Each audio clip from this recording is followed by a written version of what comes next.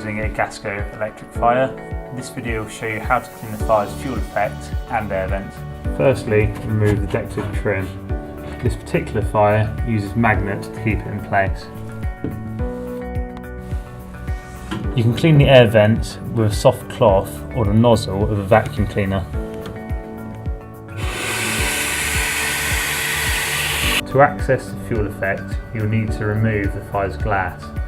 This can be done by removing the two clamps in each corner at the top of the fire.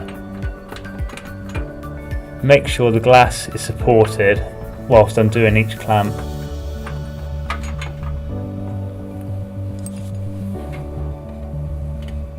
Pull the glass forward and gently move from position.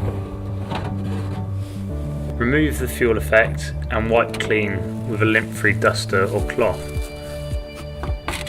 When replacing the fuel effect, make sure it's spread evenly across the fire bed for the best visuals.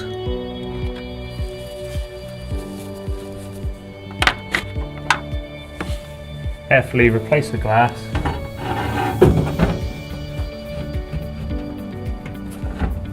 Supporting the glass, screw the clamps back into place, making sure they are finger tight. Replace the decorative trim.